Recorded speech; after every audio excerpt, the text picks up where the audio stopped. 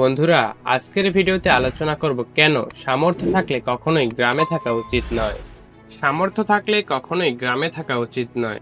গ্রামে 100 বিঘা জমির মালিক হওয়ার চেয়ে শহরে এক টুকরো ভাড়া বাসায় থাকা অনেক ভালো, অনেক সম্মানের, অনেক স্বাচ্ছন্দ্যে। গ্রামে স্থায়ীভাবে বসবাস করাকে কোন দিক থেকে এগিয়ে রাখা যায় বলুন তো?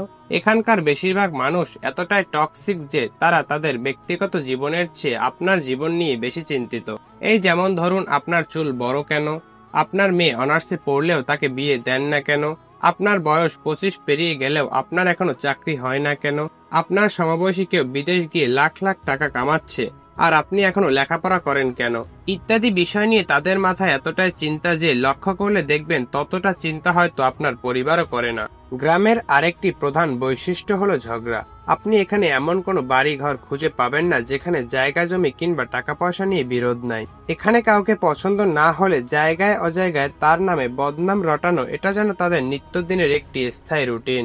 তাদের কাছে সরকারি চাকরি মানেই পুলিশ, হোক সে কনস্টেবল, সেনাবাহিনী হোক সে সৈনিক, কোনো ব্যাপার না, চাকরি তো করেন। তাদের কাছে আপনি সরকারের কত গ্রেডে চাকরি করেন তার থেকে অধিক গুরুত্বপূর্ণ আপনি সরকারি চাকরি করেন নাকি প্রাইভেট। আপনি যদি সরকারি স্কুলের পিয়নও হন তাও আপনার কাছে মেয়ে বিয়ে দিতে রাজি, কিন্তু বেসরকারিতে যত বড় পদেই থাকেন না কেন তারা একটু আমতা আমতা করবেই। তাদের কাছে আপনার উচ্চশিক্ষার চেয়ে আপনার সেই বন্ধুর দাম বেশি যে এসএসসি পাশ করার পরে কোনো সৈনিক বা কনস্টেবল পদে চাকরি করেন। আর এই টক্সিসিটির প্রধান উৎস হলো গ্রামের চায়ের দোকান আর বিকালে নারী কিংবা মহিলাদের আড্ডায়। সো বন্ধুরা, আজকের ভিডিওটা এই পর্যন্তই। ভিডিও সম্বন্ধে যদি আপনার কোনো মন্তব্য থাকে তাহলে কমেন্টে জানাবেন। Thanks for watching.